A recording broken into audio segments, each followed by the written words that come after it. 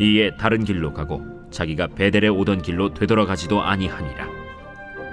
베델에 한 늙은 선지자가 살더니 그의 아들들이 와서 이날에 하나님의 사람이 베델에서 행한 모든 일을 그에게 말하고 또 그가 왕에게 드린 말씀도 그들이 그들의 아버지에게 말한지라. 그들의 아버지가 그들에게 이르되 그가 어느 길로 갔더냐? 그의 아들들이 유다에서부터 온 하나님의 사람의 간 길을 보았습니다. 그가 그의 아들들에게 이르되 나를 위하여 나귀의 안장을 지우라. 그들이 나귀의 안장을 지우니 그가 타고 하나님의 사람을 뒤따라가서 상수리 나무 아래에 앉은 것을 보고 이르되 그대가 유다에서 온 하나님의 사람이냐? 그러하다. 나와 함께 집으로 가서 떡을 먹으라. 나는 그대와 함께 돌아가지도 못하겠고 그대와 함께 들어가지도 못하겠으며 내가 이곳에서 그대와 함께 떡도 먹지 아니하고 물도 마시지 아니하리니 이는 여호와의 말씀이 내게 이르시기를 내가 거기서 떡도 먹지 말고 물도 마시지 말며 또 내가 오던 길로 되돌아가지도 말라 하셨음이로다. 나도 그대와 같은 선지자라. 천사가 여호와의 말씀으로 내게 이르기를 그를 네 집으로 데리고 돌아가서 그에게 떡을 먹이고 물을 마시게 하라 하였느니라. 이는 그 사람을 속임이라. 이에 그 사람이 그와 함께 돌아가서 그의 집에서 떡을 먹으며 물을 마시니라. 그들이 상 앞에 앉아 있을 때 여호와의 말씀이 그 사람을 데려온 선지자에게 임하니 그가 유다에서부터 온 하나님의 사람을 향하여 외쳐 이르되 여호와의 말씀에 내가 여호와의 말씀을 어기며 내 하나님 여호와께서 내게 내리신 명령을 지키지 아니하고 돌아와서 여호와가 너더러 떡도 먹지 말고 물도 마시지 말라 하신 곳에서 떡을 먹고 물을 마셨으니 내 시체가 내 조상들의 묘실에 들어가지 못하리라 하셨느니라. 그리고 자기가 데리고 온 선지자가 떡을 먹고 물을 마신 후에 그를 위하여 나귀의 안장을 지으니라. 이에 그 사람이 가더니 사자가 길에서 그를 만나 물어 죽이매 그의 시체가 길에 버림받으니 나귀는 그 곁에 서 있고 사자도 그 시체 곁에 서 있더라. 지나가는 사람들이 길에 버린 시체와 그 시체 곁에 선 사자를 보고 그 늙은 선지자가 사는 성읍에 가서 말한지라. 그 사람을 길에서 데리고 돌아간 선지자가 듣고 말하되 이는 여호와의 말씀을 어긴 하나님의 사람이로다. 여호와께서 그에게 하신 말씀과 같이 여호와께서 그를 사자에게 넘기심에 사자가 그를 찢어 죽였도다. 이에 그의 아들들에게 말하여 이르되 나를 위하여 나귀의 안장을 지우라. 그들이 안장을 지우매 그가 가서 본즉 그의 시체가 길에 버림받았고 나귀와 사자는 그 시체 곁에 서 있는데 사자가 시체를 먹지도 아니하였고 나귀를 찢지도 아니하였더라. 늙은 선지자가 하나님의 사람의 시체를 들어 나귀에 실어 가지고 돌아와 자기 성읍으로 들어가서 슬피 울며 장사하되 곧 그의 시체를 자기의 묘실에 두고 오라 내 형제여 하며 그를 위하여 슬피 우니라. 그 사람을 장사한 후에 그가 그 아들들에게 말하여 이르되 내가 죽거든 하나님의 사람을 장사한 묘실에 나를 장사하되 내 뼈를 그의 뼈 곁에 두라. 그가 여호와의 말씀으로 베델에 있는 제단을 향하고 또 사마리아 성읍들에 있는 모든 산당을 향하여 외쳐 말한 것이 반드시 이룰 것임이니라. 여로보암이 이 일 후에도 그의 악한 길에서 떠나 돌이키지 아니하고 다시 일반 백성을 산당의 제사장으로 삼되 누구든지 자원하면 그 사람을 산당의 제사장으로 삼았으므로 이 일이 여로보암 집의 죄가 되어 그 집이 땅 위에서 끊어져 멸망하게 되니라.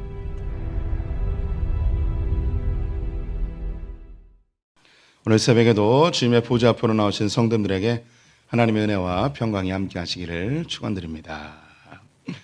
오늘 열왕기상 13장 후반부 함께 살펴보겠습니다. 열왕기서는 이스라엘의 왕들에 대한 이야기이죠. 이것은 고대 이스라엘 역사에 대한 이야기가 아니고 왕 같은 제사장으로 부름받은 우리들의 이야기임을 기억해야 할 것입니다. 다윗이 죽은 이후에 솔로몬이 왕위에 올랐습니다. 솔로몬이 처음에 하나님께 평가받는 것은 하나님을 사랑하고 다윗의 법도를 따르고 또 예배를 좋아했던 왕이었죠. 하지만 그의 후반부에는 하나님을 사랑했던 것이 많은 여인들을 사랑하게 되고 다윗의 법도를 떠나고 하나님을 예배하지 않고 우상 숭배하는 모습으로 끝이 나게 됩니다. 결국 하나님께서는 이스라엘을 하나님께로 돌이키기 위하여 남과 북으로 나뉘는 아주 극단적인 방편을 사용하시게 되지요. 북쪽 이스라엘은 여로보암에게 10개의 지파로 주고 남유다는 르호보암에게 주게 됩니다. 하나님께서 이렇게 이 엄청난 큰 사건을 일으키신 것은 여로보암을 통해서 북이스라엘도 하나님의 말씀을 따르게 하기 위함이고 남유다는 나라가 갈려진 모습을 보며 그들이 겸비하여 하나님의 말씀으로 돌아오기를 바라는 마음으로 나라를 두 개로 나누신 것이죠. 그런데 안타깝게도 여로보암은 10개의 지파의 왕이 된 이후에 하나님의 말씀을 따르지 않고 오히려 더 심한 우상 숭배자로 바뀌게 되었습니다. 그는 백성들의 마음을 얻기 위해서 편리주의로 신앙을 따르게 합니다. 예루살렘으로 가는 길을 대신하여 단과 베델에 2개의 금송아지를 세워서 이곳에서 예배하게 하고 예루살렘이 아닌 이곳에 산당을 지었습니다. 또 레위인과 제사장들이 남유다로 떠나게 되므로 일반인들을 세워 제사장의 직분을 감당하게 하죠. 또 농사의 시기가 좀 달랐던 북이스라엘에게 편리하게 추수감사절, 수장절을 7월 15일에서 8월 15일로 바꾸며 백성들에게 종교적인 편리성을 제공하게 됩니다. 하지만 이것은 하나님의 말씀과 위배되는 일이었고 하나님께서는 이름이 공개되지 않은 한 선지자를 통하여 베델에서 예배하고 있는 여로보암에게 가게 하였고 그에게 경고의 메시지를 전하게 됩니다. 네가 지금 예배하고 있는 제단이 갈라져서 다 무너지게 될 것이다 라는 것이었죠. 백성들 앞에서 예배드리고 있는 여로보암의 면을 세워주지 못하고 오히려 저주를 하는 저 늙은 선지자를 잡아오라고 손을 내밀었는데 이 손이 마르게 됩니다. 굳어져 버리게 된 거죠. 이때에 깜짝 놀란 이 여로보암이 선지자여 나를 위해서 기도해서 이 손을 돌이켜 달라고 기도했더니 손이 다시 돌아오게 됩니다. 그리고 제단은 반으로 갈라져 쏟아져 내리게 되었죠. 이런 이적들을 통해서 여로보암의 마음을 하나님의 말씀으로 돌이키게 하고자 하는 마음이었습니다. 여로보암은 이 일에 충격을 받았겠죠. 그래서 선지자에게 이야기합니다. 선지자여 나와 함께 우리 집에 가서 떡도 먹고 물도 마시고 좀 쉬었다 가시라고. 하지만 선지자는 하나님께서 나를 이곳에 보내실 때에 이 땅에서 먹지도 말고 마시지도 말고 또 왔던 길로 돌아오지 말고 다른 길로 돌아오라고 명령하셨다 이야기하며 바로 그 길로 되돌아오게 됩니다. 그 이후의 사건인데요. 이 이야기가 북이스라엘에 살고 있었던 한 늙은 선지자, 베델에 살고 있었던 늙은 선지자에게 들리게 되었습니다. 아들들이 이야기를 들려줬는데요. 지금 여로보암은 베델에서 금송아지를 만들고 산당을 지어서 여기서 지금 예배를 드리고 있는 거거든요. 그래서 이 사건이 방금 전에 일어났던 사건인 거예요. 그래서 아들들이 와서 아버지에게 얘기해 주었습니다. 아버지가 깜짝 놀라서 그 선지자 어디로 갔냐고. 우리가 가는 길을 봤다고. 그러면 당장 나귀를 준비해서 좀 가보자고. 그래서 뒤쫓아갑니다. 그래서 한 사람이 길을 내려가고 있는 것을 붙잡아서 당신이 여로보암을 만났던 그 선지자냐고 라고 이야기하면서 확인을 합니다. 아유 잘 됐다고. 우리 집에 가서 좀 먹고 마시면서 좀 이야기 좀 하자고. 그랬더니 이 젊은 선지자가 하나님께서 날 이곳에 보낼 때 이 땅에서 먹지도 말고 마시지도 말고 왔던 길에서 되돌아오라고 명령하셨다고. 그래서 나는 지금 다른 길로 내려가는 길이라고. 아우 무슨 소리냐고. 나도 선지자라고. 하나님의 천사가 나에게 방금 전에 얘기하시기를 자네를 데리고 와서 우리 집에서 좀 먹고 마시게 하고 좀 쉬게 하라고 이야기했다고. 그래서 데리고 갑니다. 근데 이것이 거짓말이었습니다. 그래서 이 이야기에 속아버린 이 젊은 선지자가 늙은 선지자를 따라서 집에 가게 됐습니다. 이 이후에는 이 젊은 선지자가 사자에게 물려 죽음을 당하게 되거든요. 여기서 이제 여러 가지 궁금증이 생기게 됩니다. 이 선지자, 이 늙은 선지자는 좋은 선지자일까요? 나쁜 선지자일까요? 하나님은 왜 사자를 들어 이 젊은 선지자를 죽게 하셨을까요? 도대체 이 사건의 메시지는 무엇일까? 여러 가지 이제 궁금증이 생기게 됩니다. 이 선지자가 그 나쁜 선지자다, 거짓 선지자다라고 주장하는 사람들도 있고 좋은 선지자다라고 주장하는 사람들도 있습니다. 예수님 당시에 그 활동했던 유대의 역사학자가 있거든요. 요세푸스라는 사람인데 이 사람은 이 선지자가 거짓 선지자라고 주장을 합니다. 제가 볼 때는 이 선지자는 거짓 선지자는 아닌 것 같아요.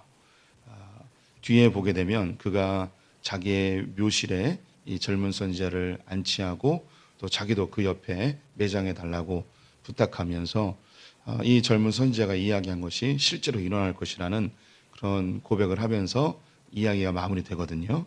그래서 이 선지자는 거짓 선지자는 아니고 그렇다고 해서 참 선지자라고 하기도 어려운 그 애매한 중간지대쯤 있는 사람이라고 생각이 듭니다. 이 선지자는 성경에 정확하게 언급되어 있지 않지만 북이스라엘에 살고 있는 선지자였습니다. 베델에 살고 있었고 또 여로보암이 왕이 된 이후에 우상을 만들고 산당을 만들고 일반인들을 제사장으로 세우고 또 많은 제사장들과 레위인들이 예루살렘으로 다 떠나버리고 자기가 활동하고 자기가 살아가는 그 나라가 점점 신앙적으로 몰락해가는 모습을 보면서 안타까워하고 애통해하는 그런 사람이었을 거라고 충분히 예상이 됩니다. 그런데 어느 날 갑자기 남유다에서 젊은 선지자가 와서 르호보암에게 하나님의 메시지를 전달했다는 소식에 아마 화들짝 놀랐을 겁니다. 아니 이런 선지자가 있단 말이야. 하나님께서 이 선지자를 보내서 이 나라를 다시 세우려 하시나 보다. 그래서 이 사람을 찾아가서 만나고 싶은 그런 욕구가 들지 않았을까 싶습니다. 그래서 그 젊은 선지자를 좀 자기 집에 와서 좀 대접도 하고 이야기도 해볼 요량으로 거짓말을 하게 된 것이죠. 근데 이 거짓말이 잘못된 거예요. 처음부터 자기의 속내를 이야기하거나 그 사람을 만나고 싶었던 그 저의를 이야기했다면 아니 꼭 집에 데려가지 않고 그 젊은 선지자를 존중해 줬다면 그냥 길에서 이야기하거나 같이 길을 동행하면서 이야기할 수 있었을 텐데 굳이 집으로 데려와서 대접하고자 했던 그 마음, 그 마음이 거짓으로 그 사람을 속였다는 것이 큰 문제가 되었습니다. 또 이 젊은 선지자 역시 하나님께서 말씀하셨는데 그 말씀을 따르지 않고 늙은 선지자가 천사가 이야기했다는 그 이야기에 거기에 홀딱 넘어가서 그 집에 찾아가 쉬다가 하나님의 말씀을 순종하지 아니함으로 사자에게 죽임을 당하게 된 거죠. 이 젊은 선지자도 문제가 좀 있어요. 하나님의 말씀보다 사람의 이야기에 귀를 기울였을 것 같고 또 제가 이제 목회자이기 때문에 목회자로서 드는 생각은 자기가 기도했더니 왕의 손이 메말라 버리고 또 풀리고 또 자기 눈앞에서 제단이 갈라지고 아마 굉장히 흥분된 상태였을 것 같습니다. 상상해 보세요. 제가 막 기도했는데 우리 성도님들이 갑자기 막 쓰러지고 다시 막 기도했는데 막 다시 일어나고 기도했는데 피아노가 반으로 쪼개지고 이런 일이 별로 감동이 없으시군요. 예. 이런 일이 벌어졌다고 해봐요. 그러면 제가 막 엄청 흥분했을 것 같습니다. 이런 새벽기도 말고 집회에 갔는데 중고등부 수련회, 청년부 수련회 갔는데 막 이적이 일어나고 그러면 저는 아마 그 흥분해가지고 우리 교회 안 올 겁니다. 저는 여의도 순복음교회 가가지고 막 거기서 사역하고 막 그럴 것 같습니다. 이 젊은 사역자도 자기 눈앞에서 엄청난 기적이 일어나고 또 사람들이 막 반응하고 이런 모습에 흥분하지 않았을까 싶습니다. 그리고 늙은 선지자가 자기를 초대하는 모습에 이것도 굉장히 뿌듯하게 느꼈을 것 같아요. 여기 늙은 선지자가 누군지 모르겠어요. 근데 얼마 전까지 이 나라는 하나의 나라였습니다. 그래서 이 젊은 선지자가 같은 선지자로서 베델에서 활동하는 늙은 선지자를 이야기는 들었을 것 같긴 해요. 예를 들자면 우리 교회에 어느 날 갑자기 저기 유명한 온누리교회나 사랑의 교회 목사님이 찾아와서 어우 자네가 김창현이냐고 자네를 꼭 만나고 싶었다고. 나랑 같이 가서 차나 한 잔 마시자. 그러면 제가 거절하겠습니까? 아니면 바로 예스를 하겠습니까? 예, 바로 예스 하죠. 여기까지 오셨냐고 하면서. 뭐 상황은 모르겠어요. 그런데 이 젊은 선지자가 하나님의 말씀보다 자기를 알아주고 또 자기 눈앞에서 일어나는 이적들을 보면서 올바른 판단력이 흐려지게 된 것이죠. 사실 많은 그 젊은 사역자들이 사람의 이목에 집중을 받고 매스컴에 오르락 내리락 하고 또 많은 사람들이 자기의 설교와 사역에 반응해주고 이런 모습에 그 분별력이 흐트러져서 한순간에 몰락해버리는 그런 사역자들을 많이 있습니다. 우리 성도님들도 뭐 이름을 대면 알 수 있을 만한 분들도 많이 있고 사람들에게 주목받던 그런 사역자들이 한순간에 몰락하는 모습들도 보게 되죠. 그게 하나님의 분명히 하나님의 말씀을 전하고 또 올바르게 사역도 하고 있지만 그 인기와 사람들의 인정에 그 중심이 흔들리고 분별력이 사라져서 그 한순간에 무너지는 것을 보게 됩니다. 이 젊은 선지자 역시 그러한 상황이었다고 충분히 예상이 됩니다. 집에 갑니다. 가서 먹고 마시면서 대화를 합니다. 이 대화의 내용이 없지만 우리가 뭐 충분히 예상할 수 있습니다. 그래서 자네가 왕을 위해서 기도해 줬나? 예, 제가 기도해 주셨죠. 그래서 손이 마른 것을 하나님 펴게 해 주십시오 했더니 손이 갑자기 막 펴지는 겁니다. 그래서 그 다음 어떻게 됐나? 재단이 갈라지더니요. 큰에 있던 재문들과 잿더미들이 확 다 쏟아졌습니다. 아이고, 하나님께서 이 나라를 다시 세워주려고 했나 보네. 그래서 그 다음에 어떻게 됐냐? 왕이 자기 집에 가서 먹고 마시고 좀 쉬라 했는데 하나님께서 먹고 마시고 쉬고 그러지 말라고 했습니다. 바로 돌아오는데 왔던 길로도 말고 다른 길로 가라고 했습니다. 그건 아마도 그 여로보암 왕이 나를 축복해서 죽이려는 것을 하나님이 막아주시려고 한 게 아닌가 막 이런 생각이 들었습니다. 이런 이야기를 이제서 하면 어떡하나? 이놈을 어떡하나? 내가 자네를 속였다네. 자네 한번 얼굴 보자고 천사가 얘기했다고 그랬는데 다 거짓말이었다네. 이놈 어떡하나? 빨리 돌아가라고. 나귀를 태워서 보내는데 이제 사자에게 물리기 위해서 죽게 된 거죠. 사람들이 사자가 이 선지자를 물어뜯어 잡아먹지 않고 가만히 놔두는 모습을 선지자에게 알려주게 되었습니다. 선지자는 자기 때문에 이렇게 됐다고 생각해서 급하게 나귀를 타고 선지자가 죽은 장소까지 오게 됐죠. 아니나 다를까 사자는 죽이기만 하고 먹지 않고 나귀도 가만히 있었습니다. 그래서 이 시체를 가지고 와서 자기의 묘실에 안치를 하고 아들들에게도 이야기합니다. 이 선지자가 죽게 된 건 다 나 때문이라고. 내가 괜히 밥 먹자고 해가지고 이렇게 됐다고. 내가 죽거든 이 사람 옆에 같이 매장해 달라고. 그리고 자네 아들들에게 이야기합니다.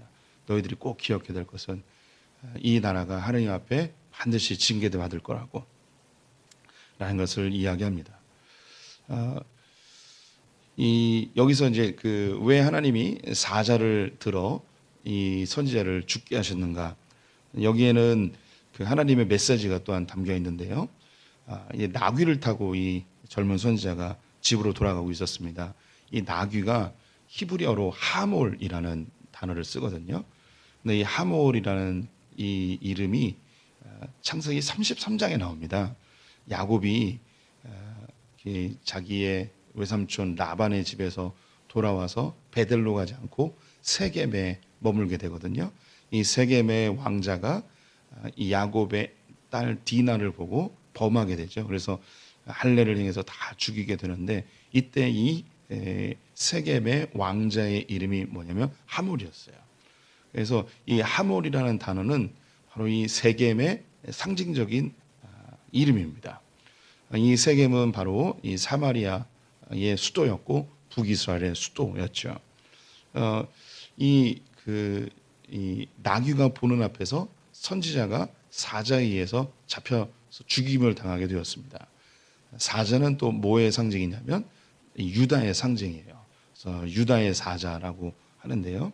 야곱이 이 유다에 대해서 너는 사자다라고 칭합니다.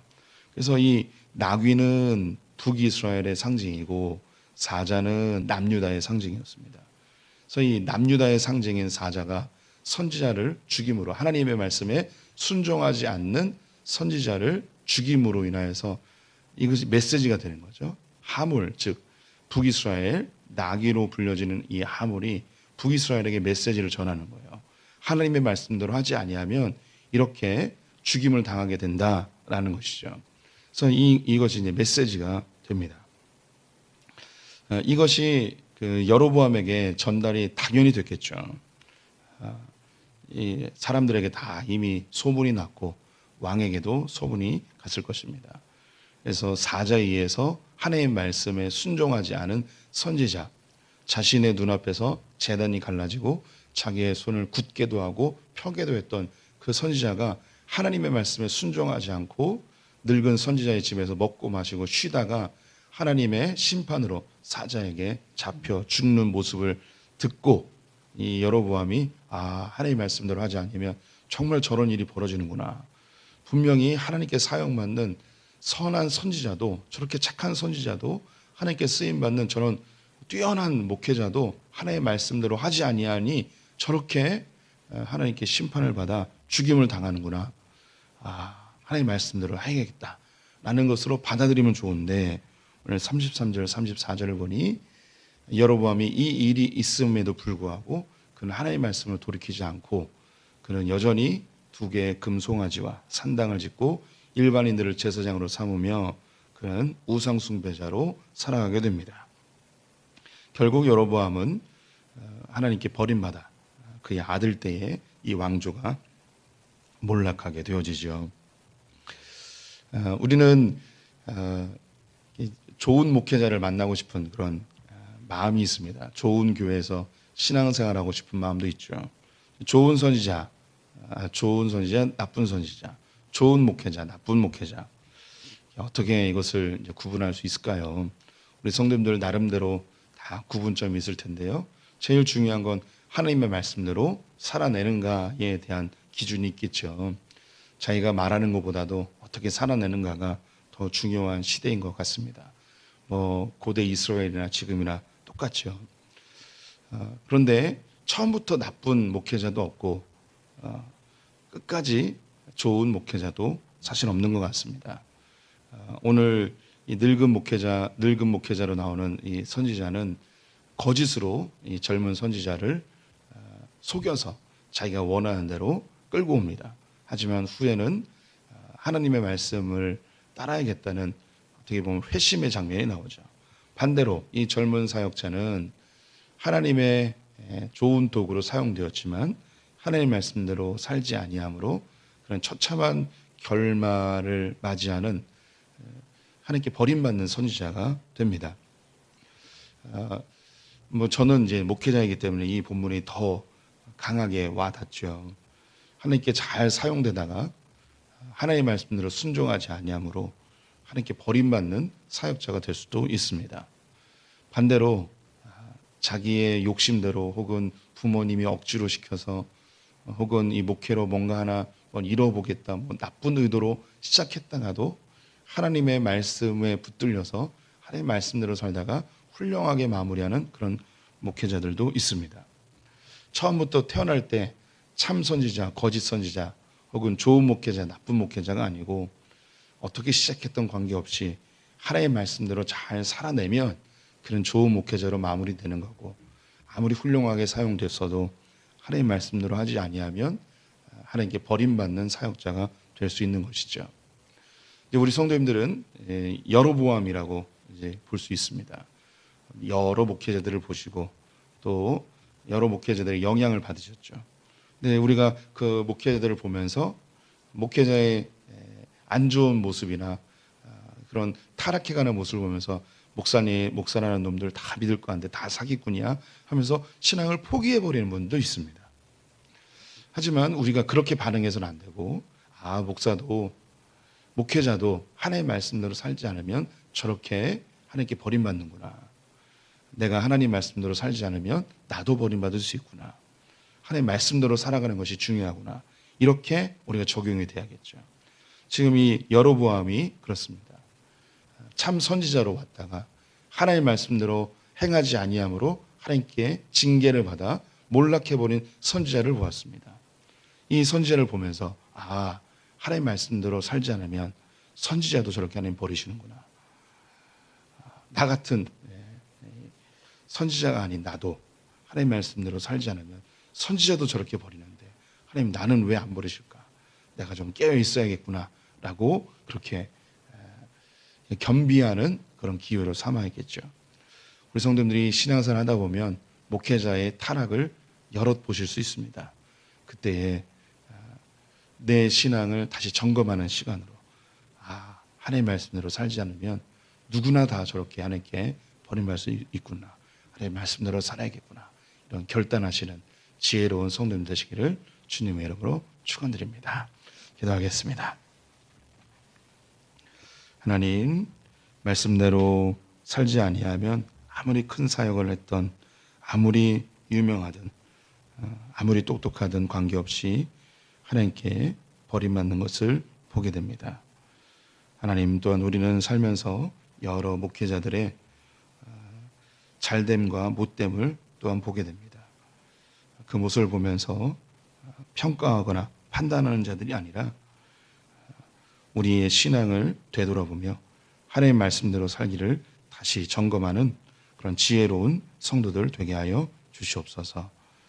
우리가 말씀대로 살지 않아 몰락해가는 자들을 보며 반면 교사 삼고 하나님의 말씀에 붙들린 삶 사는 자들 되게 하여 주시옵소서. 오늘 하루 주님께 의탁하며 예수님의 이름으로 기도드렸습니다. 아멘.